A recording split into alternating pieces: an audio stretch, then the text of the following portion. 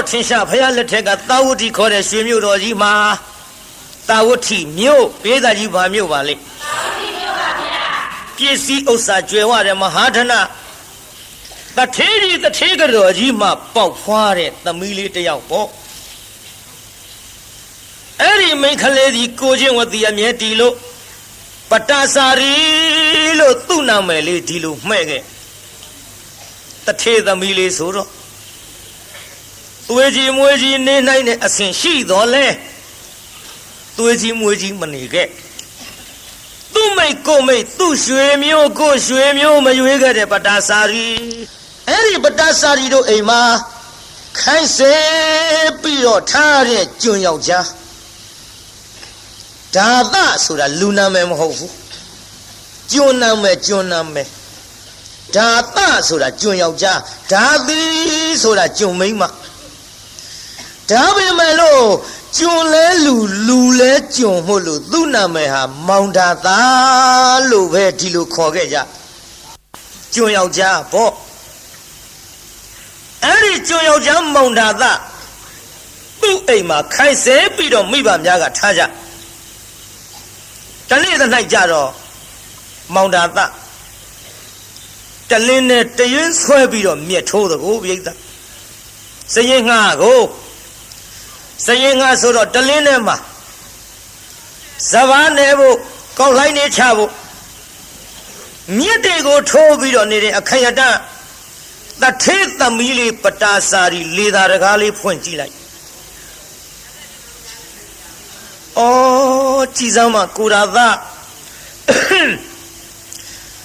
နေကိုခေါင်ကြီးတနာစရာကြီးပါလားသူ့ကြည့်လိုက်ရခွန်အားဗလာကြီးကလည်းကောင်းပါပြီတဲ့နဲ့စရင်ငှားသာဆိုရလူကျော်လူကန့်ကြီးနောက်ဘဝကပုဝေစာကတပုံညာတာဆိုတဲ့ဒါနစက်ကြီးကပြက်ခဲ့ပေလို့ကိုရာသာပစ္စံရှိတဲ့ထေသားဆိုရင်ဘလောက်ထိအောင်လူချစ်လူကင်ပေါ်လိုက်မတော့အမလေးခုတော့ရုပ်ရည်လှသလောက်စရင်ငါဆိုတော့အောက်တန်းကြနေလို့ချစ်သူမရှိခင်သူမရှိဖြစ်နေတဲ့တော်ဘဝကိုဘသူတွေမသနာဖြစ်မယ်လို့ကြုတ်တနာလိုက်လေချင်းကြုတ်တနာလိုက်လေချင်းနဲ့တနာကလေးကမနေဘူးပြိဿသောဟာတော့မှာပြေးသားကြီးတနာရင်ဘာဖြစ်တော့မှာသွားတော့မှာဘယ်နေတော့ဖြစ်ဖူးတဲ့မိဘများမသိအောင်အလစ်အသာလေးဆင်းပြီးတော့မျက်ကူထိုးတာကောင်းတိုက်ပေါ်ကဆင်းသွားကိုရာသာလှမ်းခေါ်လိုက်ဟာလမ်းလိုက်တာမပါရာရဲ့ဘာတော့ခမဘာတော့မလုံးနဲ့လာအောင်ဒီကိုဟုတ်ကဲ့တက်ပြောလေလုံမနေနဲ့ဒါမဲ့တော့မြက်ထိုးနေတာမြင်လို့နေဘူးခေါင်ကြီးကျုပ်ကတနာလို့မြက်ကူထိုးမလို့ပေးပါကိုရာသားရဲ့တရွင်းဟာနေပါစီမဟုတ်ပါရဲ့ကျုပ်တို့ခပ်ဖြစ်ချင်းဖြစ်ပါစေတော့လက်ဖွားနုလေးခမတရွင်းထိုးရင်သွေးကြည်ဥသွားမှာပေါ့တော့တနာလို့ပြောနေတာတနာတော့တနာတာပေါ့ဗျာနေပါစေကျုပ်အလုပ်ပါခမအစေကနေရဲ့အလုတ်လောက်ရမှာကကျွန်တော်ရဲ့တာဝန်မပါရာရှိပါစေတော့တဲခက်နေတော့ကလားလို့ပြောတာတော့ပေးနေပါစေဗျပေးပါလို့ပြောနေပါစေဗျဟောတော့ပေးပါလို့ပြောနေတရွင်းဆွဲလူတကိုးပရိသတရွင်းဆွဲလူနေတုံတရားနာပရိသလာပြီပြုနောက်ကပရိသနောက်ကပြည်သားကြီးနောက်ကလာပြီဟိုင်းဒါပါလို့တာတထေးကတော့ကြီးမျက်နှကြောတင်းနေနဲ့လှမ်းငေါက်လိုက်ဟိုင်းဆိုတရွင်းဆွဲလူနေရတလမ်းသွားတထေးကတော့ငေါက်လိုက်တော့သူတို့လက်ထဲကတရွင်းကလေးကအခြေမလှတော့မြေခရှာတာပေါ့တရွင်းကလေးလွတ်ကြပြီးနှစ်ယောက်သမားတရားနာပြိဿတယောက်မျက်နှာတယောက်ကြည့်လိုက်တထေးကတော့ကြီးကြည့်လိုက်ဟေးဒါသာ ခင်ဗျာမင်းပါလို့ဟောဗျာကျွန်တော်မြက်ထိုးနေတယ်လေတော်တော်ရဲ့ဟုတ်ကောင်မသွားတိုက်ပေါ်တက်တိုက်ပေါ်တက်ဆိုပြီးငေါက်ထုတ်လိုက်တော့ပရာစာကြီးတိုက်ပေါ်တက်သွားတိုက်ပေါ်ရောက်တော့အိုးအမေကဒေါသကြီးပါပြီတဲ့နဲ့ဘာမှလည်းစဉ်းစားတာမဟုတ်ဘူးအစေကပဲဆိုပြီးတော့ပါမြရိုက်လိမ့်မလားဒါရင်မကယောက်ျားရဲ့လို့လည်းမတွေးတော့ခွေးအရိတ်တောင်တချို့မကြုံလွှားဘူးတဲ့အခုတော့လေအစေကယောက်ျားဆိုပြီးတော့ခြေတော်ကြီးနဲ့များတအားကန်လိုက်လိမ့်မလားကိုရသာတော်မြတ်ထားဘလောက်ခက်လိုက်လေမလို့တော့ကိုကျုပ်တနာလိုက်လေချင်းတနာလိုက်လေချင်းဆိုပြီးတော့တရားနာပိဋကအမေကြောက်တော့ဘတွင်ပြတင်းပေါက်လဲတရွက်လုံးဖွင့်မကြည့်ရဲဘူးပတ်တာကြားတဲ့ကလက်တလုံးလောက်ဟာလေးတဲ့ကမျက်လုံးလေးမတော့တော်သွင်းကြည့်ဟဲ့ဒါသာခင်ဗျာမင်းတာပါလို့ဟာကျွန်တော်မျက်ထိုးနေတယ်လေတော်တော်ဟေးမျက်ထိုးတာပြောတာမဟုတ်ဘူးခင်ဗျာကျွန်တော်နားမလဲပါလားခင်ဗျာမင်းကငါမုံလာဥလုံးမနေပါနဲ့ကွငါမျက်စိအောက်တယ်ငါသမီးနဲ့ဆွဲလာငင်လားနဲ့ဒါကိုကမင်းနေတာဟာတော်တော်ရဲ့အဲ့ဒါကျွန်တော်အပြစ်မဟုတ်ပါဘူးခင်ဗျာကျွန်တော်မျက်ထိုးနေတာကိုလေဒေါ်တော့သမီးကတနာလို့တဲ့ဆွဲလူလို့နေပါစေလို့ကျွန်တော်ကပြောတာမရဘူးသူကဇွတ်လူတယ်ခင်ဗျနောက်ငါသမီးနဲ့ဒီလိုတရင်တနီနီးကကငါမမြင်ချင်းဘူးမြင်ရင်မင်းငါအိမ်မော်ကဆင်းတော့အတော်ဆိုးတဲ့မိန်းမကြီးဟုတ်ကဲ့ခင်ဗျာမမြင်စေရပါဘူးလို့အဲ့ဒါလို့တာဝန်ခံလိုက်တော့တထေးကတော်ကြီးတိုက်ထဲဝင်သွားတိုက်ထဲရောက်တော့တထေးကြီးဘာတော့မေအော်ကြီးဖြစ်ကျင်နဲ့ဘာရမလို့တော့တော်သမီးအကြောင်းတော်သိရလားဒီမဲ့တော်သမီးနဲ့လေဒါသားနဲ့ကပ်ပြီးတော့ဟောဒီမဲ့ကျုပ်မပြောချင်ဘူးနော်တနေ့ကြတော့လေတနေ့ကြတော့သူများတတွေးကွက်ပက်လက်မျောမယ်တော့ဒါကြောင့်ကျုပ်လေတော်သမီးဒီတိုင်းမထားနိုင်ဘူးတော်သမီးဒီတိုင်းမထားနိုင်ဘူးဒီလိုပြောလိုက်တော့ဗရာလေးကအပေါ်ကဟိုတရားနာပိဋကအထက်ဆုံးလေကတိမျက်နှာလေးနဲ့အမိအောင်ငုံပြီးချောင်းကြည့်နေရကတော်သမီးဒီတိုင်းမထားနိုင်ဘူးဆိုတော့တုံသွားတယ်ဟင်တော်သမီးဒီတိုင်းမထားနိုင်ဘူးလေငါဘယ်မှပို့မလို့ပါလေအမေတို့ပဲလို့မလို့ပါလိမ့်မလဲနားထောင်နေတုံးဒီမဲ့တော်သမီးဒီတိုင်းထိုင်အစေကနဲ့မှားလိုက်မယ်လေရင်ပါပြီးတော့တနေ့မှားမှသေးကြတယ်ဒါကြောင့်ကျုပ်လေဟောတော်သမီးကိုတောင်မြင်ကတထေးသားနဲ့မြန်မြန်ပေးသားမှဖြစ်မယ်အေးလေဒါသမီးမိန်းကလေးမွေးထားမင်းတာဝန်မယ်မှန်တော့မိခင်နေမှန်တော့အယောက်ျားသားလေးဆိုငါတာဝန်မယ်ကွမင်းဖမေစီစဉ်အဲ့ဒါလို့ပြောလိုက်တဲ့စကားကြတော့ပတ္တစာရီလေဘာပြောကောင်းမလဲကဒင်းမောတအားပြေးပြီးတရားနာပရိသတ်ရေကဒင်းမောအာရမောက်မျက်နှာမောခေါင်းအောင်ကအိုးတရားနာပရိသတ်အသေးသေးရင်နဲ့တလျက်လျက်နဲ့ခံစားရတဲ့ဒဏ်ချက်ကအပြင်ဘက်ငေါက်ထုတ်တာမျက်ရည်တွေကိုတုတ်ကနေကြလာမျက်ရည်တွေပေါက်ကြလို့ခေါင်းအောင်ကြီးတအားဖက်တော်ကြာခေါင်းအောင်ကြီးလွှင့်ပြေးတော်ကြကရင်မောတက်လိုက်အောက်ဆင်းလိုက်တောက်တဲ့ခတ်လို့မယူနိုင်ဘူးကိုရာသာဆွဲလို့ရှိရင်ငါပဲသူ့မှာမယူနိုင်ဘူးကိုရာသာပြုံပေါင်းကြီးဒီကိစ္စတွေတော်သိရလားဟာလေကိုရာသာလည်းမနေရရင်ငါသေးခြင်းသေးပါစေတော့ကိုရာသာအဘောတနာယာကစပြီးတော့ငါမေတ္တာရှိနေမိပြီအဖြစ်ဘူးဒီကိစ္စကိုရာသာပြောမှဆိုပြီးတရားနာပရိသတ်ရေနောက်တနေ့မိဘအလစ်မောင်ဒါသနေတဲ့အစေကံတောင်းလျာဆင်းသွားမောင်ဒါသကဒူးပေါ်ပေါင်ပေါင်နဲ့ပေါ်တင်ကလေးကြီးချိတ်လို့ပလွေလေးပါးစပ်ထဲတက်လို့တွေးဟာမှုတ်တော့ကိုပြိဿအစေကံဆိုတော့ဘာရဲ့မှုတ်တာမို့ပလွေလေးတက်ပြီးမှုတ်နေတော့မဘရာကအနာနာရောက်ကိုရာသ မှုတ်ရင်တတ်ထားတဲ့ပလီဆွဲနှုတ်တာတွစ်တို့တခါလေမှုတ်ရင်ကိုပြိဿမှုတ်ရင်တတ်ပြီးတော့ဆွဲနှုတ်တာတွစ်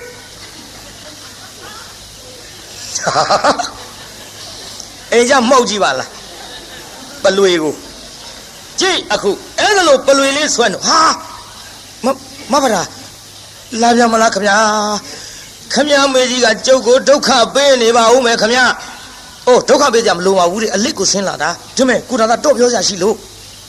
ထားထားမဟုတ်တော့အင်္ဂလိပ်ရှိလို့ဟုတ်ကဲ့ဆိုထားထိုင်လိုက်တော့မဗရာကအနာနာကတ်ထိုင်မောင်သားကဟိုဘက်တိုးသွားမေဒီမဲ့ကိုတော်တော့ကကျုပ်ကိုကြောက်နေသလားမဗရာကြောက်လို့တော့မဟုတ်ပါဘူးခင်ဗျာမေကြီးလိုက်ကျုပ်ဒုက္ခပေးနေပါဦးမယ်အိုးမပေးပါဘူးဒီမဲ့ကျုပ်ပြောစရာရှိရခတ်သွတ်ပြောမယ်နော်ဟုတ်ကဲ့ကျုပ်ကိုလေအဖေနဲ့အမေတို့ကတော်နဲ့တလင်းနဲ့တရွင်းဆွဲပြီးလူနေစဉ်အခါတုန်းကအဲ့ဒါကိုမြင်သွားတာနဲ့တနေ့ကျတော့အစည်းကနဲ့တထေသမီးရင်ပါပြီးတော့နီးစပ်သွားလိမ့်မယ်ဆိုတာနဲ့အမေကကျုပ်ကိုလေတောင်းမြင်တထေသားနဲ့ပေးစားတော့မလို့တဲ့တော့ဗျာအဲ့ဒါဘာပြုတော့မဗရာရဲ့တော့ပဲလို့သဘောရမဗရာပဲလို့သဘောရမလဲတထေသားနဲ့တထေသမီးရွှေနဲ့မြနေနဲ့လားတင့်တယ်ပါတယ်မမရဲ့ဒါကြောင့်ဆင်းရဲသားမှမဟုတ်ဖ ೇನೆ တထေသားနဲ့တထေသမီးဆိုတော့တိုက်ကြီးတစ်လုံးကနေနှလုံးရွှေပုံကြီးပေါ်ဆန်းရမယ်ဘဝယူလိုက်ပေါ့မဗရာရဲ့ဟောတော့ဒုက္ခပါပဲကြားကြောက်လို့ရှင်ကြီးကိုပို့ဆိုးနေထမရဲ့ဒီမဲ့ကိုရတာကျုပ်ကတထေသားကိုမယူနိုင်ဘူးမဗရာစိတ်ကူးမလွန်းနဲ့မိဘများဆိုတာသားသမီးစင်စီမြင်ရနာသားမြင်နဲ့ခမယူလိုက်ခက်တော့တာပဲဒီမဲ့တော့အကိုလို့ကျုပ်ကလားတိုင်မယ်နာဒီမဲ့ကိုရတာဟိုကျုပ်ပြောရအောင်မယ်တော့ဒီအစေကံတန်းလျာနာဒီနှင်းစီပင်ဘယ်သူစိုက်ဟာကျွန်တော်စိုက်တာဗောမဗရာရဲ့အဲ့ဒီတော့စိုက်ထားတဲ့နှင်းစီပင်ကနှင်းစီပွင့်ကလေးတွေလေမနှစ်သက်ဘူးလားဟာကျုပ်စိုက်တဲ့သစ်ပင်ပန်းမယ်ရေလောင်းပြီးတော့ထားတဲ့ကိစ္စကျုပ်နှစ်သက်လို့စိုက်တာကျုပ်နှစ်သက်တာဗောဒါမဲ့ဒါဖြင့်တော်စိုက်ထားတဲ့ပန်းမင်ကနှင်းစီပွင့်ကလေးသူများခူးသွားရင်တော့စိတ်သေးဘယ်လိုနေပါ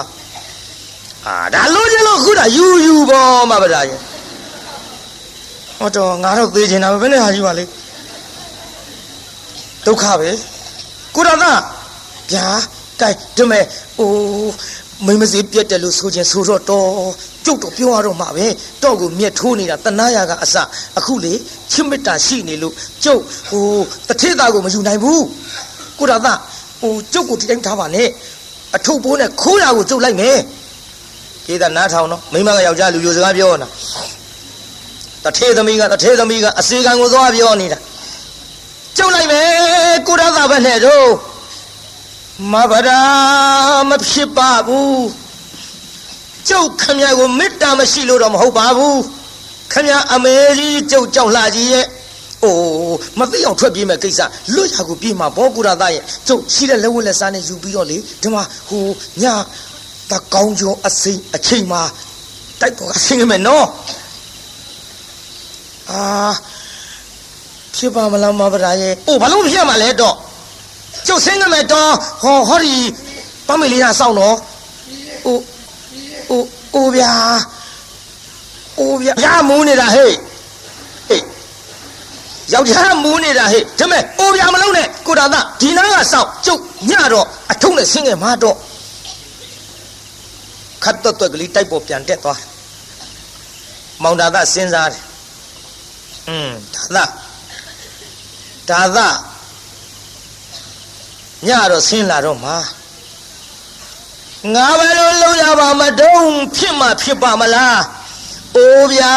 ဖြစ်ပါမလားဆိုတဲ့မောင်တာသားတကယ်တမ်းဆင်းပြီးလိုက်တော့မယ်ဆိုတော့တရားနာပိဋကကြီးနေဝင်ကလေးကအဲ့ဒီပန်းမင်ရောက်တာဖြစ်ပါမလားတဲ့အခုပန်းမင်နေဝင်ကလေးကရောက်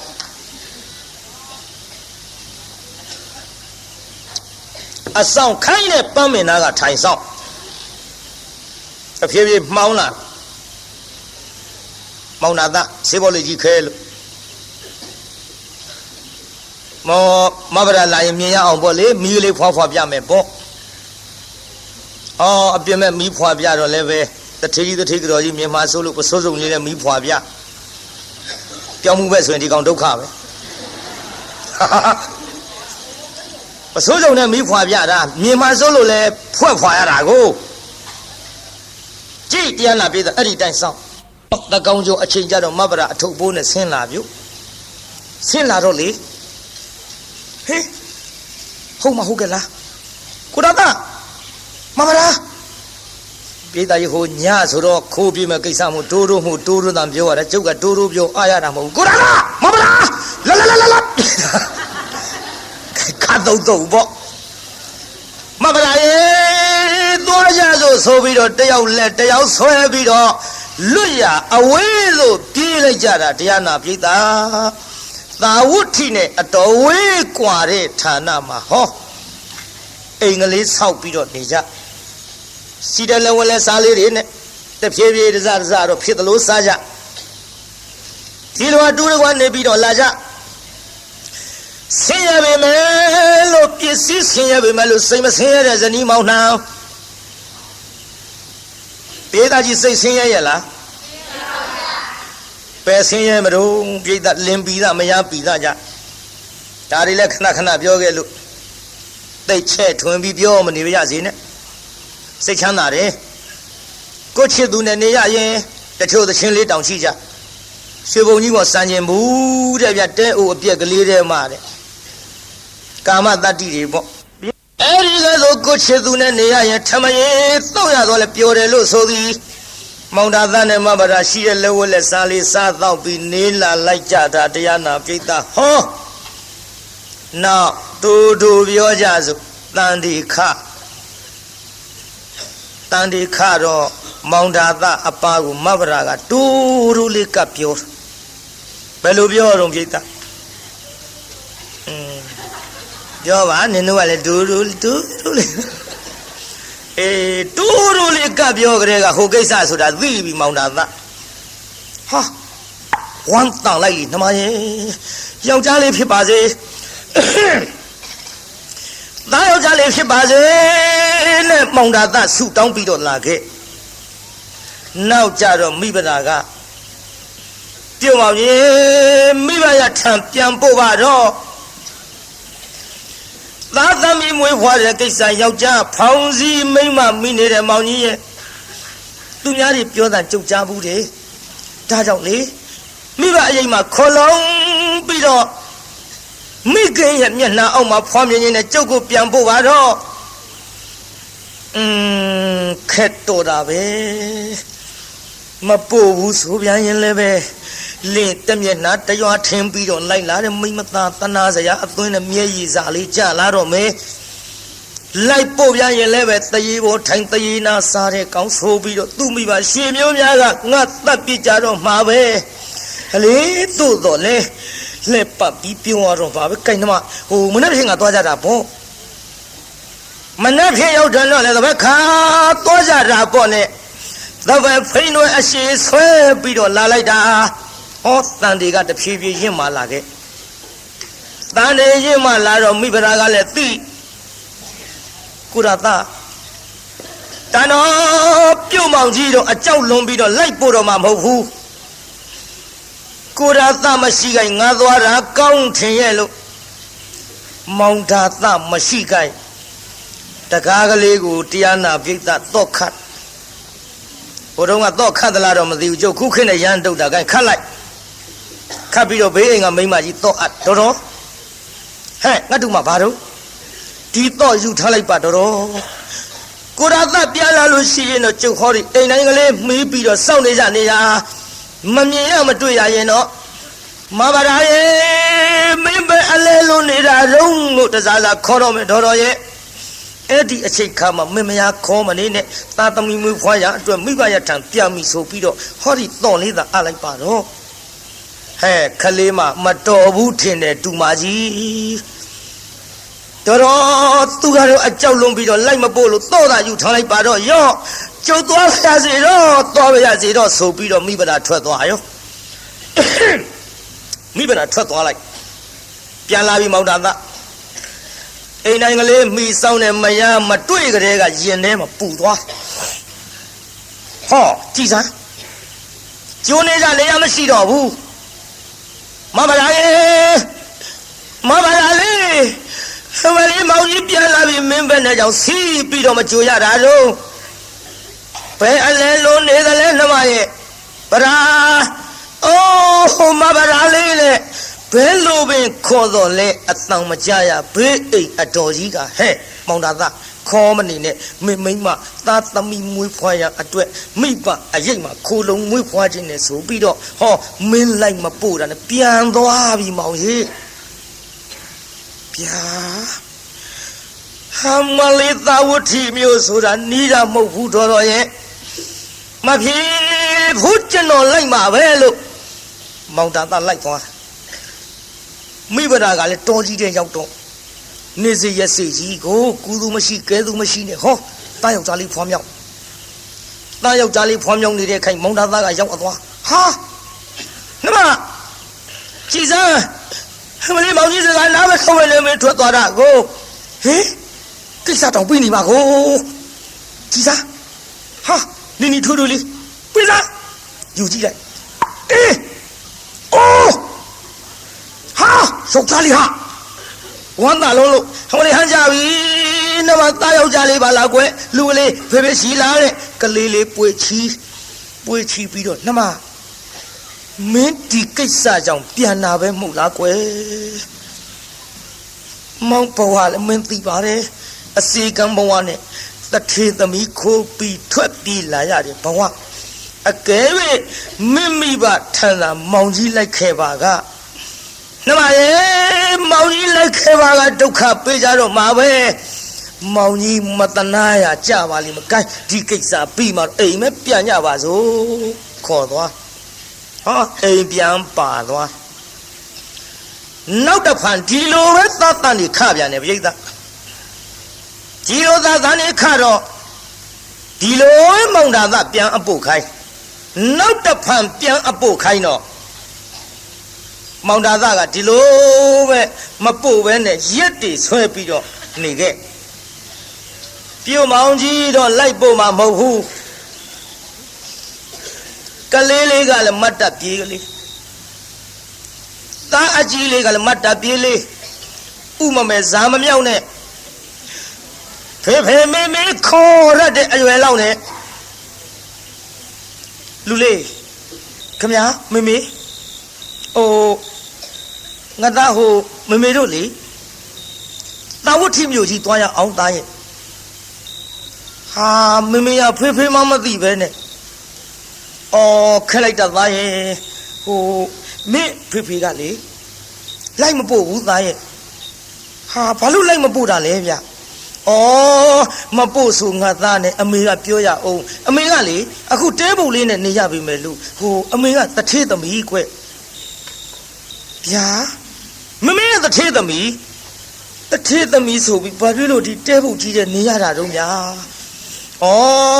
နေရဆိုလူကလေးရဲ့အမေကတထေးသမီးမင်းအဖေကဆင်းရဲသားစရင်ငါမင်းအဖေကိုမေတ္တာရှိလို့အမေကလိုက်လာတော့မင်းအဖေဆင်းရဲတဲ့သူကိုချစ်မိတော့အမေလည်းဆင်းရဲတာပေါ့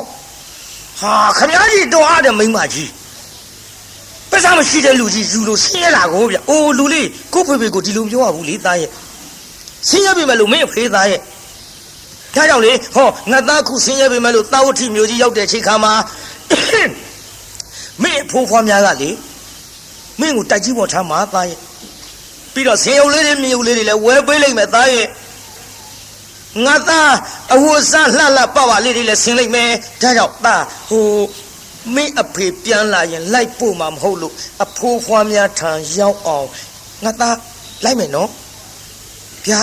မေမေဆင်းရုံမြင်းရုံလေးတွေဝယ်ပေးမှာဟုတ်လားအေးလေဝယ်ပေးမှာဘောသားရဲ့တိုက်ကြီးပေါ်လည်းငါသားကြီးပျော်ပျော်ကြီးနေရမှာဒါဖြင့်သွားမယ်ကျွန်တော်လိုက်မယ်မေမေရဲ့လို့ဆိုတော့ကိုင်းကလေးလေးနှူးနှပ်ပြီးခေါ်သွားတော့အထုပ်ကလေးခေါင်းမောတင်းလို့တကားလေးပိတ်ကလေးလေးလက်ကဆွဲလို့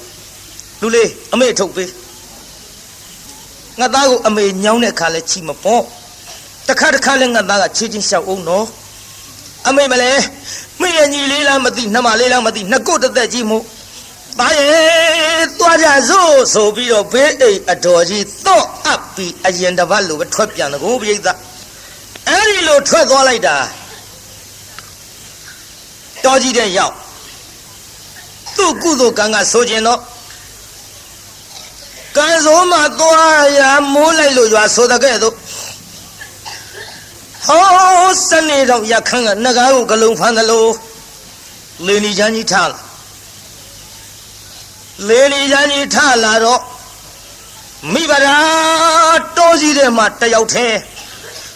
ကုသူမရှိကဲသူမရှိနဲ့ကံမစလေးကနှင်တော့လူလေးမမေငါသားတီနာခဏနေအောင်နော်မမေလေးမမေဝင်းထဲကနာလာပြီသားရဲ့ဟုတ်ကဲ့သားရဲ့မင်းကြီးမလေးလားနှမလေးလားမသိမွေးဖွားရအချိန်ကြပြီနဲ့တူတယ်သားရဲ့အမေမျက်စီတွေတောင်ကြည့်မကောင်းဘူးသားရဲ့ငါသားတီနာနေအောင်နော်ဟုတ်ကဲ့မမေကြာကြာကြီးမနေနဲ့နော်ကျုပ်ကြောက်တယ်ဗျာအေးခဏလေးပါသားရဲ့နော်ငါသားတီနာနေအထုပ်နဲ့ကလေးထားပစ်ခဲ့ထားပစ်ခဲ့ပြီးခြုံစာကလေးနာရောက်တော့ဟောသားယောက်ျားလေးဖွားမြောက်ပြန်ပြီပြုသားယောက်ျားလေးဖွားမြောက်ပြီးတော့မိုးတွေကလည်းတအားရွာချလိုက်တာပြိဿတာမီ၃ယောက်ဒုက္ခဖြစ်လို့အောက်ကလက်သီးစုပ်လောက်ကြောက်ခဲလေးတွေခင်းအဲ့ဒီပေါ်ထုတ်ကလေးတွေတင်းလို့အဲ့ဒီပေါ်အဝေးကလေးထားသားငယ်ကလေးအဲ့ဒီပေါ်သိမ့်သူ့ခန္ဓာကိုယ်ကိုတော့လေးပဲထောက်လို့ချီမိုးပေးတဲ့ပမာဏသားငယ်ကလေးမိုးမရွှဲရလေအောင်သားကြီးလေးကလည်းအထုပ်ကြီးကောင်းမတင်လို့ဘယ်လုံလိုက်မတုံးပိဋကအဝတ်ထုတ်ဆိုတော့ရှိသမျှရေတွေကတစိမ့်စိမ့်ခေါင်းဘောကစီကြနှခမ်းလေးများမွဲချမ်းရှာလုံးလို့သားရဲ့မေတို့ဒုက္ခဖြစ်ပြီးသားရဲ့မောင်ကြီးပြုတ်မောင်ကြီးကိုထားသားအဘယ်မောင်ကြီးစကားကိုနာမထောက်လို့ကျွတ်တို့ဒုက္ခရောက်ပြီးမောင်ကြီးရဲ့နဲ့ခိုက်တုံးလို့တမ်းပြီး၃ယောက်စလုံးချမ်းရရှာလုံးလို့ဒီထဲမောင်သားသားကလည်းတုံးစီတွေကပြန်အလားဟာကြည်စားမရှိပြန်ဘူးအိမ်လကားကြီးလည်းတော့ခတ်ထားပါဘောလားတန်တော်သွားပြန်ပြီနဲ့တူရဲ့သွားပြန်ပြီနဲ့တူရဲ့လမ်းဒုက္ခဖြစ်ကြတော့မယ်ဒုက္ခဖြစ်တော့မှထင်တယ်တော်တော်ရဲ့ကြည်စမ်းပါဗျာဟိုစနေတော့ရခန်းကနဂါးကိုကလုံးဖမ်းသလိုဟံဝလေးလေးဒီကြီးကလည်းထလာပြီမိုးတွေကလည်းမဲလာပြီဗရာရဲ့မင်းတို့သားမီး၃ယောက်လမ်းနေဒုက္ခရောက်ကြတော့မှပဲမောင်ကြီးမနေဘူးလိုက်မယ်ဆိုပြီးတော့ဟောဓမ္မလေးခါထိုးပြီးတော့လိုက်သွားလိုက်တာကြည်မြင်ကွင်းမလှအောင်ဟာလူလေးဖေဖေပလီငါသားနှခမ်းနေမြောက်မဲလို့ချမ်းလာပြီဟုတ်ကဲ့ဖေဖေအထုပ်ကြီးတွေကရည်တွေကလည်းကျုပ်ပေါ်အကုန်စီးကြတယ်ဖေဖေရဲ့ကွယ်ကြည့်စားမင်းမေပဲသွားတော့အမေဟောသစ်ပြောင်မှာကလေးမွေးနေဗျဟင်ကြည့်စားလမ်းနေဒုက္ခရောက်ကုန်ပြီဒီကလေးကလည်းချမ်းလာပြီတခါမိဘဒစီပြေးကြည့်လိုက်တော့ဟေးခွေးမကြီးပမာဏလေးပဲထောက်လို့အောက်ကကြည့်စမ်းကလေးတယောက်နမကိုရတာပေးစားဆိုပြီးကလေးလေးကောက်ကြည့်လိုက်ဟာအော်ယောက်ျားလေးပါလားကွယ်အရေးတဲ့ဒုက္ခဖြစ်နေရကသားယောက်ျားလေးဆိုတော့ပြုံးနိုင်ရှိနိုင်သေးတယ်ကိုပြိဿဟမ်မလေးယောက်ျားလေးပါလားနမကွမ်းတာလိုက်တာဒါပေမဲ့လို့မင်းဒုက္ခဖြစ်တာမောင်ကြီးစကားနားမထောင်လို့မိတ်လှကြီးလားဟိုမှာကြည်စမ်းသားကြီးလေးနှခမ်းလေးလည်းမဲလို့ချမ်းရှာလာပြီအေးပတ်ပြီးတော့ဒုက္ခရောက်ကုန်ကြတော့မှပဲကိုရသာပြီးတော့မှရိုက်တန်ရိုက်ပံဖောင်ကြီးအပြစ်တင်တာတွေနောက်ထားလို့ကျွတ်တို့သားမိ၃ယောက်အချမ်းပြေအောင်လေမြင့်မြေစာလေးဆက်ပြီးတော့မိဖို့ပေးပါတော့အေးရော့နမဒီကလေးယူထားမောင်ကြီးသွားမယ်နော်မကြဘူးခဏလေးထင်းမြင့်မြေစာရှာလို့မောင်ကြီးမိဖို့လို့ပေးမယ်နမရဲ့နေတော်လို့ဆိုပြီးတော့မောင်သာသဓမ္မရူလေးနဲ့ထွက်သွားလိုက်တောင်ပေါ်ကြီးတစ်ခုနာရောက်သွားတောင်ပေါ်ကြီးနာ မျက်မြေစာထင်းချောက်ရှောက်ပြီးတော့ရှာလိုက်တာဘယ်မှမတွေ့တောင်ဖို့ကြီးနားရောက်သွားတော့တောင်ဖို့ပေါ်ပေါက်နေတဲ့မြက်များကတော့ရေစိုးနေလို့တောင်ဖို့အတွင်းမှာဝင်ပေါက်နေတဲ့မြက်ချောက်ကလေးတွေမီးပွေးလို့လွယ်အောင်ခုတ်မဟဲ့ဆိုပြီးတော့ဓမ္မညာဘက်လက်ကကင်ပြီးတော့တောင်ဖို့အတွင်းပေါက်နေတဲ့မြက်ချောက်ကလေးတွေလှမ်းနှိုက်လိုက်ဆိုတခါလေမွေဟောက်ကြီးထွက်လာမွေဟောက်ကြီးထွက်လာတာဟေးဟောင်းပါလေဆိုပြီးတော့နောက်ဆုံးနဲ့ကြိုက်သေးဘူးမွေဟောက်ဆိုတာဒေါသဖြစ်နေပြုံးနဲ့ကြိုက်ဖြစ်တာမဟုတ်ဘူးခိုးတွေမှုတ်ထုတ်တာဒါသတော့မျက်စိဘာမှမြင်ရတော့ဘူးမွေစိတ်တွေမျက်စိထဲရောက်သွားပြီမွေဟောက်အဲ့ဒါလို့တရားနာပြိတ္တာဒေါသဖြစ်ပြီးတော့ပပြင်းကြီးခွက်လို့ဟေးငါမျက်စိတွေလည်းမမြင်ရတော့ပါဘူးဗရာယေပေါင်းကြီးမင်းတို့သားမီး၃ယောက်ဆံမလို့လှုပ်ပြီးတော့ပြန်ရပါမထုံးဘယ်လိုလှုပ်ပြီးတော့ရောက်အောင်လာရပါမထုံးနဲ့မောင်တာသလေသားမီး၃ယောက်ထံသွားခြင်းလို့လက်ကလေးနဲ့စမ်းပြီးတော့သွားလိုက်တာဘယ်သားမီး၃ယောက်ထံပြန်မရောက်ဘူးမွေဟောက်ကြီးစီလျှောက်သွားမွေဟောက်ကြီးနာရောက်တော့လက်ကလေးနဲ့သွားပြီးအထိလိုက်ခုတ်ကနေဆိုလှမ်းပေါက်လိုက်ပလဲလောင်လဲလို့မဲလေးတောင်မထဲနိုင်ဘူးလဲသွားပြင်းတယ်လေမွေဟောက်ကကြီးတယ်အမလေးဆုံးအောင်မអော်နိုင်ဘူးလဲသွားလူလွတ်လို့နမရဲ့မိဗရာရဲ့မင်းတို့သားမီး၃ယောက်ထံမောင်ကြီးဘယ်လိုနည်းနဲ့မှပြန်ရောက်နိုင်တော့မှာမဟုတ်ပါဘူးမောင်ကြီးခေါ်တာလည်းမင်းတို့ကြားတော့မယ်မဟုတ်ပါဘူးသားတို့တောင်မအားရအောင်အဖေမကြည့်လိုက်ရပါလားဟမ်မလေးအဖေဘယ်လိုနည်းနဲ့မှမင်းတို့ထံပြန်မရောက်နိုင်မဲနဲ့မိဗရာမင်းနောက်လိုက်ပြီလို့အခုတော့ငါမွေးဟောက်ခဲပြီးတော့သေဝဲဝင်ရတော့မှာပါလားသားတော်ရဲ့အဖေထားပြပြေးပြီးဆွလာခဲ့ကြပါတေရောကမိဗရာကလည်းပဲလူလေးမဖေကြာလာကြည်လားပါရဲ့ဟုတ်ကဲ့မကျုပ်လည်းချမ်းလာပြီဖေကမိဖို့ပေးမယ်ဆိုမဖေအန်တရယ်များတွေ့နေသလားကွယ်ဒါမှမဟုတ်ရင်မဖေမျက်စိလဲလမ်းမပြီးတော့ဘယ်တော်ကြီးတဲ့များရောက်သွားလေသလားမသိတာရဲ့လိုက်ပြီးတော့ရှာကြစို့တာငယ်လေးရင်မှပွေသားကြီးလေးလက်ကဆွဲလို့တော်ကြီးမြက်မဲတဲ့ရှောက်ရှာလိုက်ကိုရတာပြုတ်မောင်ကြီးအော်ပြုတ်မောင်ကြီးရဲ့မိဘတာခေါ်တာကြားရဲ့လားအမလေးဦးလေးပါလေးထူလိုက်ပါဦးတော့လား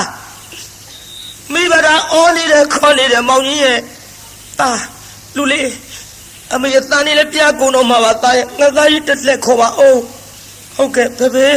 ပြောဖေများလာမျိုးကျွတ်တို့ချမ်းလာပြီလားကလေးကခေါ်အဲ့ဒါလို့ကလေးခေါ်လို့လည်းမရ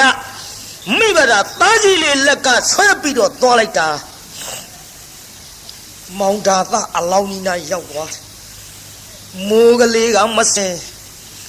မောင်ကလေးကမကွဲတကွဲအလောင်းကိုလည်းတိကြကြည့်လို့မရတော့အလောင်းနာအရောက်မိဘတာခြီတောင်းနဲ့ဗိုက်ကြီးသွားတိုက်ဟဲတာနောက်ဆုံးဆိုကလေးဆွဲလိုက်လူလေးပါလောင်ကြီးမသိဘူးသားရဲ့ပြောစီကြီးလာသားအမေတို့လွတ်ရကိုကွင်းပြီးတော့မဖေးရှားကြစို့အလောင်းကြီးထိမိတော့လေအလောင်းမှမသိမှောင်နေကိုပြိဿသားနဲ့ကောက်တဲ့ဒုက္ခရောက်ပြီးတော့လာခဲ့ရမိဘတာတို့လေမိုးလေးကလည်းဆဲသွားပြီမောင်လေးကလည်းကွဲသွားပြီလူကလေးအမေတို့ပဲစီရောက်လို့ပဲစီတွားရမှလည်းမသိကိုရသားရဲ့ပြုတ်ပေါကြီးမိဘတာတို့ဒုက္ခတွေလာကြည့်လဲပါဦးမောင်ကြီးရဲ့ပြောရင်ဆိုရင်နဲ့ပြန်တွေ့တိုက်တဲ့အလောင်းဆိုတော့လေဟောမောင်တာသား လဲနေတဲ့အလောင်းကြီးနာရောက်သွားပြန်မျိုးလှန်ကြည့်လိုက်တဲ့မိဘသားဟဲလူလေးဗျာမမေခုမှကြည့်စမ်းမဖေဖေမတာပဲအော်မျက်စိနဲ့လမ်းမှာခရီးပန်းကြပြီးတော့ခလုတ်တိုက်လဲမုံမုံနဲ့အိမ်မိုးကြနေတူဝါရဲ့သားရဲ့လာမဖေသွားကြည့်ကြစို့သွားကြည့်ကြစို့ဆိုပြီးတော့အနန္တရောက်ဟေးကိုရာသာပြုံမောင်ကြီးအဲ့ဒါအိမ်မောင်ကြီးကြားနေလေသလားကြည်စမ်းမောင်ခေါ်လို့လည်းမရပါလားလူလေးအဲ့ဒီတော့ထိုင်သားရဲ့သားငယ်ကလေးအဝတ်ကလေးနဲ့ထွေပြီးတော့ဘေးနားမှာချကိုရာသာပြုံမောင်ကြီးမလေးအကွက်ကွက်တင်ညုံမဲလို့ကြည့်လို့မကောင်းပါလားမောင်ကြီးရဲ့မောင်ကြီးဘယ်လိုအန္တရာယ်နဲ့တွေ့ပါလိမ့်မထုံးလို့နောက်လှဲ့ကြည့်လိုက်တော့တောင်ပူကြီးမြင်ရဟင်ဖယားငါချစ်တဲ့တိုက်ဟုတ်ပါပြီဒီနားမလဲတောင်ပူကြီးနဲ့ဟာပါလေပြုတ်မောင်ကြီးမွေးဟောက်ခဲလို့သေဝဲဝင်ပြီထင်ပါရဲ့ကိုရတာပြုတ်မောင်ကြီးမိမရာခေါ်နေတဲ့ထူပါအောင်တော့လားမောင်ကြီးရဲ့မျက်နှာလေးလှမ်းကြည့်လိုက်တော့အိုးမျက်စိတွေကလည်းကွက်မဲပြီးတော့အမလေးမွေးစိတ်တွေတူပါရဲ့ပြုတ်မောင်ကြီးဒုက္ခဖြစ်နေပါဗောလားအသက်မရှိတဲ့ပြင်မောင်ကြီးရဲ့အလောင်းတောင်လှပါမမြင်ရပါလားမျက်နှာလေးပေါင်ပေါ်တင်မဲစီလေးလှုပ်ပြီးတော့ခဏခေါ်ဘယ်လိုမှခေါ်မရပဲနဲ့မိဘသားခမငိုရှာတော့ကလေးလေးကပြောဖေဖေခမအိတ်လာကြီးလားထားတော့လေဖေဖေအမေငိုနေတယ်ဗျာအမေငိုနေတာခမမသိဘူးလားအခုအမေငိုနေတယ်အမေကိုထားပြီးတော့ချော့ပါအောင်တော့လားအိတ်လာကြီးလားခမထားလေးနဲ့လူကလေးမေအဖေလူစိမ်းငါကြီးအိတ်တာမဟုတ်ဘူးတာရဲ့ပထသောအိတ်ချင်းနဲ့အိတ်တာကွယ်မြင်ရလားဟိုမှာတောင်မိုးကြီးမေအဖေမွေဟောက်ခဲလို့အကွက်တွေညုံမဲပြီးတော့သေဝဲဝင်ပြီလူအလေးခမေဖေအသက်မရှိတော့ဘူးအဲ့ဒါလို့လဲပြောလိုက်ပါလေရောကလေးကအလောင်းမော်ပြစ်လဲ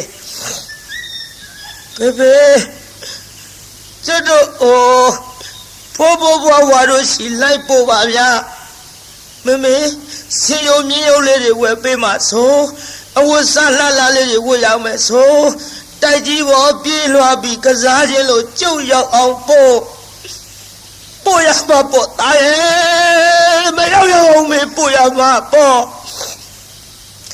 ငါသားတို့နဲ့အမေသားတို့ထိရောက်အောင်တော့သွားရမှာပေါ့ဒါပေမဲ့လို့လူစိမ်းခါကြီးတို့တော့မလိုက်နိုင်တော့ဘူးသားရဲ့ကိုရသာပြုတ်မောင်ကြီးအမလေးမိဘတော်ဘယ်လိုလုပ်ပြီးတော့ဖြေရပါမတော့ဒါသာလေးမကြာခဏပြင်မရနာကြွရပါဘောမေဘအလှမဘဝင်နေခုံလာကြီးရဲ့ရေတုံးကမော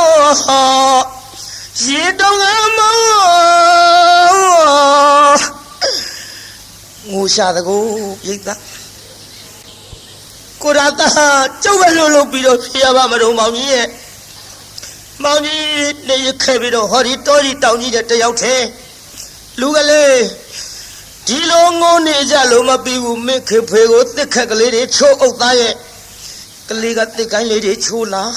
တစ်ခက်ကလေးတွေအုပ်နောက်မိဗလာကမျက်နှာပဝါလေးလွှမ်းလို့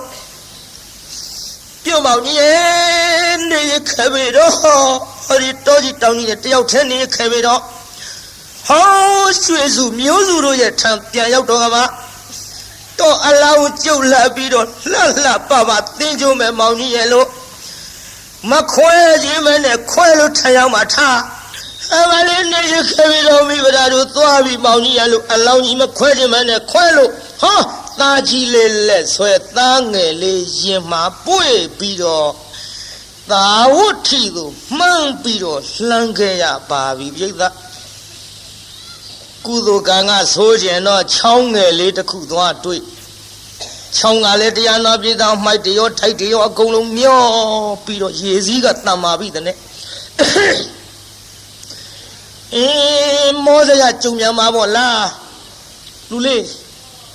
အိုအမေလေးငါသားတို့နှစ်ယောက်ကိုဟိုဘက်တစ်ခါတည်းမပို့နိုင်ဘူးသားရဲ့ဟုတ်ကဲ့မေမေဘယ်လိုလုပ်မလဲ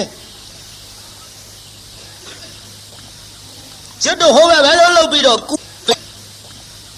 ကျွတ်တို့ဟိုဘက်ဘယ်လိုလုပ်ပြီးတော့ကူရုံမေမေရဲ့အေးငါသားဟိုခဏနေအောင်နော်ငါသားဒီနာထိုင်ဟိုမင်းကြီးလေးအမေခဏထားပြီးရေထဲဆင်းကြည့်အောင်မယ်သားရဲ့ဟိုဘက်ရေနဲ့သလားတိမ်သလားဆင်းကြည့်ရေကရင်စိုးလောက်ထိရက်ကန်နဲ့ပြန်လာလူလေးမြင်ရလားရေဒီအမေရင်စိုးထိတယ်သားရဲ့ရင်စိုးထိတဲ့ရေတွေကိုအမေပဲလေးနဲ့လည်းငါသားတို့နှစ်ယောက်တစ်ခါတည်းမပို့နိုင်ဘူးဒါကြောင့်ငါသားဒီအထုပ်ကလေးယူထားနော်မင်းကြီးလေးအမေဟိုဘက်ကန်သွားပြီးတော့ပို့မယ်သားရဲ့ဟုတ်ကဲ့မေမေနဲ့ပြန်ခဲ့နော်ရေတွေကအော်နေတဲ့မေမေကျုပ်ကြောက်တယ်ဗျာရေတွေကတဝဝနဲ့မေမေအော်နေတဲ့မေမေကျုပ်ကြောက်တယ်မြန်ပြန်ခဲ့ခဏလေးပါသားရဲ့မိသွားမယ်နော်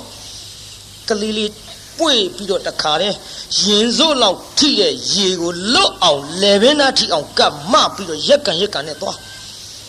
ဟိုဘက်ကန်းစာရောက်တော့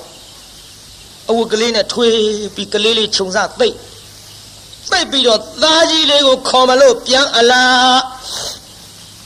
ရေလေကောင်လေးရောက်ပါလေရောတစ်ပင်မော်နားနေတဲ့သိန်းစွန်ကြီးတကောင်က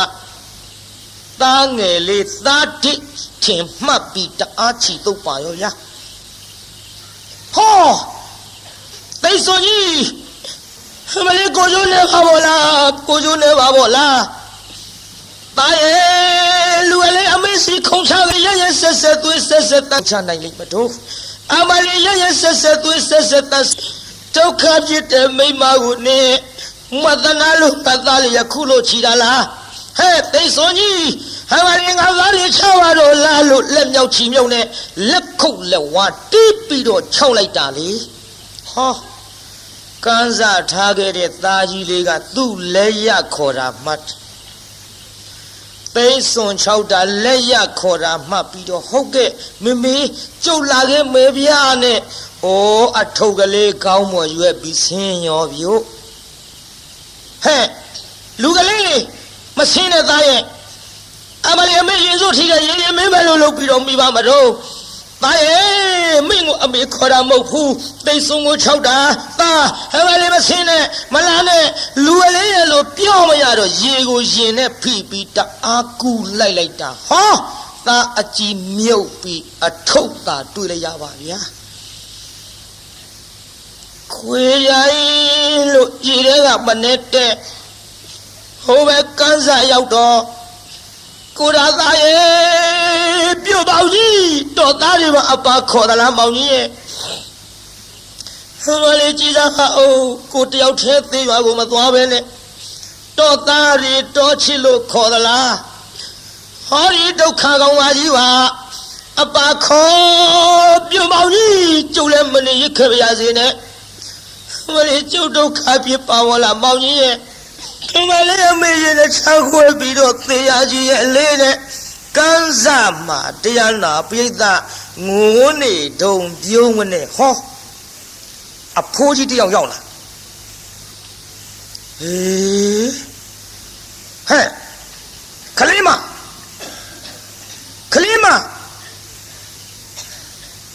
ဩခေါ်လို့မရပြုတ်လို့မရပါလား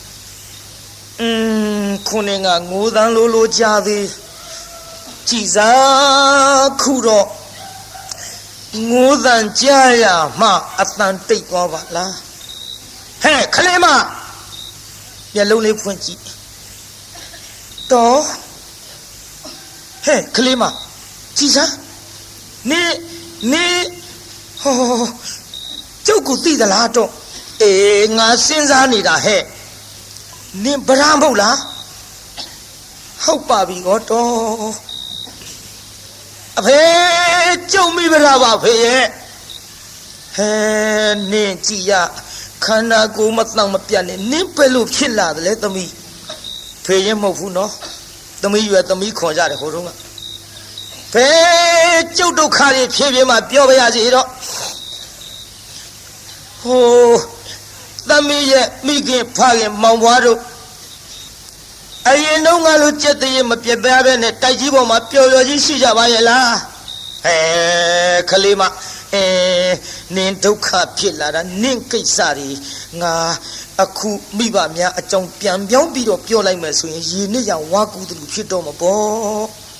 ဟိုဒါသာဆိုတဲ့ကောင်ကြီးရောကိုရသလားဖေရဲ့ဟိုပဲကန်းစားတော်ကြီးတဲ့မမွေးကြိုက်လို့သေးခဲ့ပြီဖေရဲ့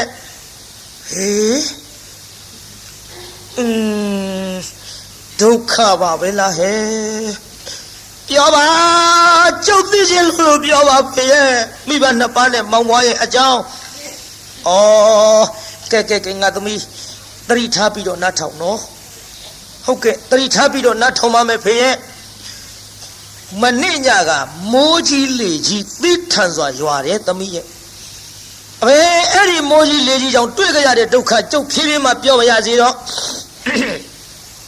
မိဘနှစ်ပါးရဲ့အကြောင်းကိုပြောပါဖေရဲ့လို့ဆိုတော့စနေတော်ရခန်းကငါ့ကိုကလုံးဖမ်းသလိုလင်းကြီးချမ်းကြီးကထားအလားသာဝတ်ထီမြို့သို့မိုးလုံးကြီးကလည်းအဆိုင်လေလုံးကြီးလည်းတိုက်လာရောသမီးရဲ့လေလုံးကြီးတိုက်လာတော့သာဝတ်ထီတစ်မျိုးလုံးတိမ့်တိမ့်တုံးလို့ဝါထယံကားတဲ့အိမ်ချူချာတို့မှာတော့ဖာငယ်ကိုဆင်းနဲ့နင်းထားသလိုအကုန်လုံးပြပြဝတ်ကြည်မွကုန်တဲ့သမီးရဲ့ငါသမီးတို့ဖခင်တထေကြီးများမှာတော့တိုက်ကြီးတာကြီးနဲ့ပျော်ပျော်ကြီးနေတာမို့ကြေးတာပျောက်ထားလွင်ပြက်ထားမှဖြစ်မရှိပါပဲဘူးသို့တော်လဲကဘာလေးမင်းမြေမို့ကိုခွင်တယ်လို့အဖေငိုးနေတယ်ဖေတိုက်ကြီးပေါ်နေလို့ကြေးတာပျောက်ထားမရှိဘူးဆိုဖေရဲ့ဆက်ပြီးပြောရတော့မှာပေါ့သမီးရဲ့နားထောင်သမီးရဲ့ကဘာလေးမင်းမြေမို့ခွင်တယ်လို့တိုက်ကြီးချီရင်ကဆွဲပြီးတော့လှဲသွားတာနဲ့ငါသမီးရဲ့အဖေရဲ့ငါသမီးရဲ့အမေရဲ့ငါသမီးရဲ့မောင်ဝါရဲ့သုံးယောက်တွေ့ညံ့ညံ့ချေသမီးရဲ့တိုက်ပြီးတော့သေကုန်ကြပြီဟဲ့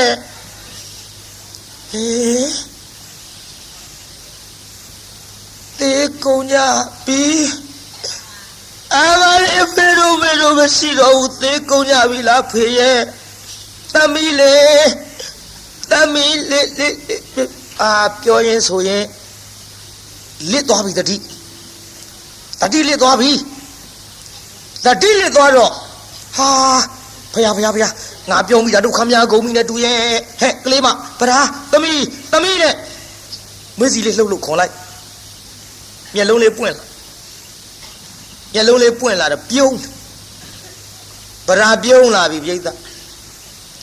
သမီးဘာသမီးတို့ကိုဒါသာသမီးဖေနော်ဖေသမီးရဲ့ဘာဖေတို့လူကမွေကိုက်သေးဘယ်ငါမွေကိုက်မှာတော့သမီးဘာဒီလျှောက်ပြောနေတာတို့ဟောအဖေတိခမ်းပါဖေတိခမ်းပါကျုပ်ပါလေပြောမိတော့ဖေရဲ့ကျုပ်မိဘမောင်ဘွားတိုက်ပြီလို့သေုံနေမှာကအာမလေးကိုရသာဟိုပဲကန်းစားမွေကိုက်လို့သေခဲ့ပြီဖေရဲ့ကိုရသာနဲ့သားနှစ်ယောက်ရတယ်ဖေရဲ့ဒါတော့သေတာထားဖို့ကလေးနှစ်ယောက်ပဲပြစ်ထားခဲ့တော့ဟဲ့ကလေးမပြစ်မထားခဲ့ပါဘူးဖေရဲ့သူ့အကြောင်းနဲ့သူ့နေရခဲ့ကြပြီဖေရဲ့မိဘရာကုသိုလ်ကံဆိုလို့ဟောဒီကံစားကိုကူးပြီးတော့တန်ငယ်လေးကိုခြုံစားသိသားကြီးလေးကိုပြန်အခေါ်သိစွန်ကသားငယ်ကိုတုပ်လို့လက်ရပြီး၆တော့သားကြီးလေးကသူ့ခေါ်တဲ့မှတ်ပြီးတော့ရေတဲ့ဆင်းအဖေလိုက်ပြီးတော့ဆဲတော့လေအထုပ်သားတွေ့လိုက်ရတဲ့ဖေရဲ့အားလည်းမိဘရာဒုက္ခတွေကြီးစားကြီးရဲ့ဟဲ့တပီသတိထားငါသမီးတဏှာကြီးရဲ့တားကြောင့်နဲ့ငါမပြောရှင်ပါဘူးလို့ပြောရဲ့သားနဲ့တတိထားသမီး တရိထားဆိုဝီဒီမရပါဘူးနောက်တစ်ခါကြီးတစ်လှည့်နဲ့ပြုံးလာပြန်ပြီဟင်ကိုရသားဟဲ့သမီးဖေနော်ဘာဖေတို့တော့အသက်ကြီးနှုတ်ခမ်းမွေးတွေပေါက်လို့ပြုတ်ထတာဆွဲနှုတ်ဟာကလေးမနားလိုက်တာသမီးရဲ့သမီးတရိထားဟင်ဖေဒီခမ်းမဖေဒီခမ်းမဖေကျုပ်နောက်တစ်ခါကြည့်တဲ့လေအဖေမသေးတဲ့ဒီဒုက္ခတွေကျုပ်အေးမဲ့မဟုတ်ပါဘူးဖေရဲ့အတော်အမွေးတွေကျုပ်လက်ထဲတဆုပ်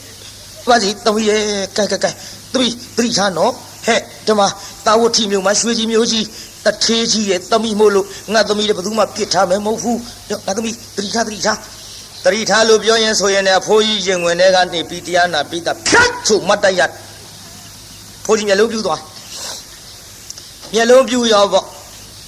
အခုခမည်းတော်ဝင်နေတာဂွန်းထမိန်ဟိုတုန်းကဗျံထမိန်ဆိုတော့ထမိန်ကြီးဖြန့်ပြီးနှစ်ဆကောင်းပေါ်ဝဲလို့လေတကွန်လွှတ်တဲ့အတိုင်းဟဲစုံကြီးဟဲ့ဖိုးကြီးပြူသွားတယ်မျက်လုံးဟာသမီးကြည့်မကောင်းဘူးဒီလိုမလုံးနဲ့သမီးဒီလိုမလုံးနဲ့မရဘူးတရားနာပရိသတ်ကြီးခုံပေါက်ပြီးတော့တွတ်ချာအောင်ယူလို့မောဘမလေးဝဲလို့ရေတွေကလက်ထခုံတော်တတိကလေးရတဲ့ခါတိုင်းသားလျောက်လည်းသေးခဲ့ပြီလင်းလည်းသေးခဲ့ပြီဖေမေမောင်ဝါလည်းသေးခဲ့ပြီကျုပ်တနေတဲ့6လုံးပြည့်လိုက်ရတဲ့မိမကြီးမို့လင်းလည်းမရှိအဖေလည်းအမေမရှိလို့ကျုပ်ကိုတနာတဲ့ကြွေးစားဝေးစားပါတော့ပေးကြပါတော့လို့ဒီလိုငိုရင်ရိုးရင်နဲ့ကျွတ်ချိန်တန်လို့ထင်တရားနာပြိဿဟောမြတ်စွာဘုရားတရားဝဲကြီးနာရောက်သွားပြီယုတရားဝဲကြီးနာရောက်တော့ပရာတတိလေးလည်းရလာအော်ပရာနဲ့ကျွတ်ခွင့်ကြုံမီနဲ့တူရဲ့သုံးလောကထွတ်ထားတပ်ပြညုမြတ်စွာဘုရားတရားဝဲကြီးနဲ့တူရဲ့ငါတရားနာမှာပဲနဲ့ပိဋကအစွန်ရောက်သွားပိဋအစွန်ရောက်သွားတော့ပိဋကဟဲ့အယူမသွားမလာနဲ့ငေါ့ထုတ်တော့မဟုတ်ပါဘူးတော့ကျုပ်မငေါ့ကြပါနဲ့ကျုပ်မရိုက်ကြပါနဲ့မမှန်ကြပါနဲ့ကျုပ်ဟိုတရားနာခြင်းလို့တော့အေးထိုင်တရားနာဒီနာထိုင်နာမဟုတ်ဘူးကျုပ်ဘုရားဖူးခြင်းလို့တော့အေးဘုရားဖူးခြင်းကဲထိုင်ဒီနာထိုင်ဖူးမဟုတ်ဘူးတော့ကျုပ်ဘုရားနာသွားဖူးခြင်းလို့ဒီဟာကြီးတော့လို့ရမလားလို့ဘာမှပါပဲနဲ့ဒုက္ခပါရောဟဲ့ကောင်ဆွဲထုတ်စမ်းဆိုငေါ့ထုတ်တော့မြတ်စွာဘုရားတပည့်တော်မှာဘုရားကိုယ်တော်မြတ်ကြီးရှိအပသို့ကပ်ပြီးမဖူးရဘူးတရားမနာရဘူးတဲ့ဗျာတပည့်တော်မောင်လည်းမရှိအဖေလည်းမရှိအမေလည်းမရှိလင်လည်းမရှိလို့တပည့်တော်ကိုနှိပ်စက်ကုန်ကြပြီဗျာတပည့်တော်အာကိုအားထားရမြတ်စွာဘုရားတဆူသာရှိပါတော့သည်ဘုရားလို့ရှောက်လိုက်တော့ဟဲ့ခြေသားခြေသမီးတို့မနှင်းညာနဲ့အသားလေးဝင်မစေလာပါစေဟဲ့လို့ဟောဘုရားကိုယ်တော်မြတ်ခွင့်ပြုခိုင်းလိုက်တော့မှလမ်းကလေးပွင့်သွားအဲ့ချက်စွတ်တိုးဝင်ဖိုးကြီးတွေဝင်တိုက်ဟာခေါင်းမလေးဘယ်နဲ့ငါခွာတိုက်ဖိုးကြီးတွေကိုကာရနဲ့တချို့ဖွားကြီးတို့တိုက်လှည့်ပြခဲ့တာဟာတော့အမလေးကဲရင်တော့မလေးငါသွဲလူကြတော့မအောင်ငယ်အဖွားကြီးတွေလည်းလဲနေရဲ့ဒီလိုနဲ့တိုးခွေပြီးဝင်သွားလိုက်တာပြိဿဟောဖျားပိုင်ရောက်ဒူးလေးတုတ်ရသော်ဗျာတပည့်တော်မှာဒုက္ခကြီးကြတော်မူပါဗျာတပည့်တော်6လုံးပြည့်လျရတဲ့မိမပါဖျားလို့ဖျားလျှောက်တော့ဟဲ့ခြေသမီးသတိထားလို့အနမတက်ကသံဃာကစလို့ဒီကဲ့သို့အဖေသေးလို့အမေသေးလို့လင်းသေးလို့သားသေးလို့ရွှေရင်းမျိုးတွေသေးလို့ငိုခဲ့ရတဲ့မျက်ရည်တွေစုထားရင်မဟာသမုဒ္ဒရာ၄စင်းမကတော့ဘူးဟဲ့ဒီလိုဖိုးသေးဖွားသေးရိုးတွေတောင်းနေပုံလို့ဆိုတာလို့ခြေသမီးသတိထားဒီကဲ့သို့လင်းနေသားတွေသေးလို့ဘဝတိုင်းငိုခဲ့ရတဲ့မျက်ရည်စုထားမယ်ဆိုရင်ဖြင့်ဟဲ့ခြေသမီးမဟာသမုဒ္ဒရာ၄စင်းမြမကတော့ဘူးဘယ်နဲ့ကြောင့်သတိမိတ်လျော်နေပြီတနည်းလို့မြတ်စွာဘုရားကိုယ်တော်မြတ်ကြီးကဟောမ Mahavamuri Dusalam Paritaka Darohu Adusala Anabakao Dokinaha Putata Narada Dosado Kehi Karana Toka Watapa Misati Eri Anamateka Didana Pialaita Diana Prita Seche Mide Luna Ta Tainai the Low Ho Diana Prita Jatine Wisi Kisa Kualo Patasari Totavan Pipide now Yahambu went down Yahambu went down on my Bekunima Jango Yao Bekunima Bawane Songan Joyaga Apia Jiao Yao Do Jiao Piabo Majutu Chigalit and Bido Ye say the Gobi that Urega Yigli Kalai Ura Yemashida do deep O Makakinga Masida Mofu O Kalu Quate Pala Yiliga Urem Sibu Quate Pala Danyang Lineji Quatela Ye Laucha like the Chivamovo Quatem Sibiam Chivamovo at Jokshavo Sija Chivamovo Sibiam Jokshavo Javiano Miezivo Miezivo Yaudole Yi a quickly that Timpi Piotwara Yangaline Ora Ye Quatema Piongwabi Quatega Ye Chivamovoma Chivamovoga Ye Jokshavoma Jokshavoga Ye Miezivoma Miezivo Javianole Then you in a Saint Peter Piotwara a quickly that Tenaya the Pin. Anisa Varagalo, not the cartel Lomiano, she the Sainto Pio, and now the cartel Low, she the Sainto Pio, Guara, Milado, Anisa, not the worry, the holy ye, Quepamana, the you lay your pido,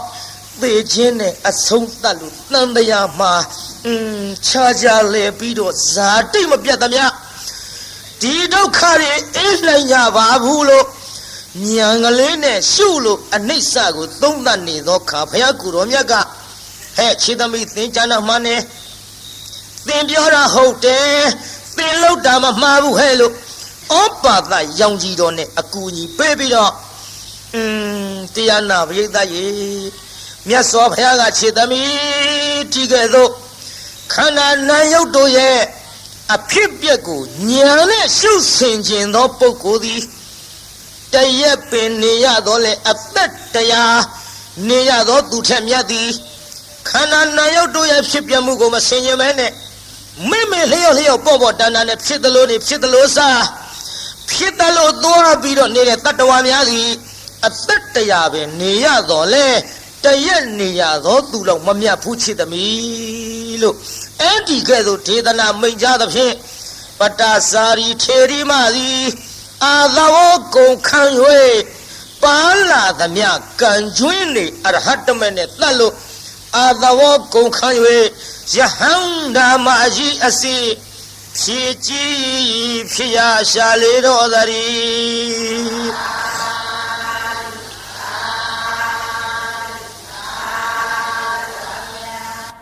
Yahanda Maji Pibi now. Ho to promoter and yes of her letter to Akara. We need Ayama Edarea Bekuni Maravago Acha Pido. Yes of her Paya de Vido Mali. No bullet up Shido Paya de Suzuya Chido Yema. Payari Dodi. We need Ayama Edarea Pido Nebango Wensaya Balo Ilo. Du down there, Su a die.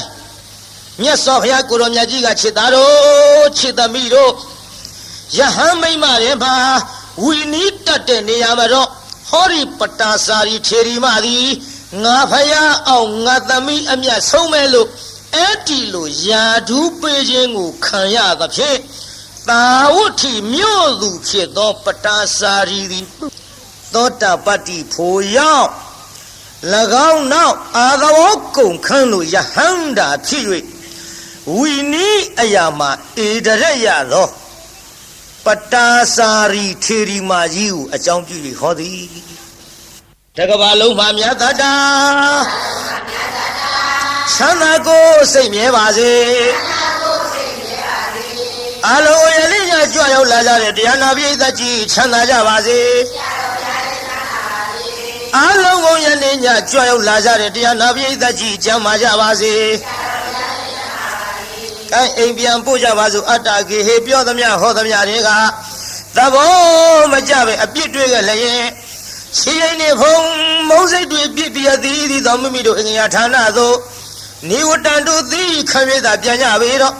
နိဝတ္တတုမေတ္တာရေပခါဖြောင်းလိုက်မယ်ပြစ်ပရာတွေဝေးရကမြန်းစီရောခြေတရာဆွေကလျှောင်းပြီးကိုစိတ်နှပြချမ်းသာစွာဖြင့်မှန်စွာမနေပြန်ပါလေတော့ပြန်ကြစေကုန်သတည်း